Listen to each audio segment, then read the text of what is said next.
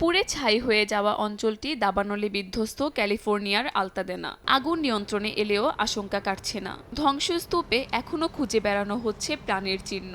দ্রুত বেগে ধেয়ে আসা আগুন থেকে সবাই পালাতে পেরেছেন কিনা, নাকি কেউ চাপা পড়ে আছেন ধ্বংসস্তূপের নিচে, এমন শঙ্কা থেকে চালানো হচ্ছে অভিযান। বেশ কয়েকটি উদ্ধারকারী দল অঞ্চল জুড়ে উদ্ধার কাজ চালাচ্ছে।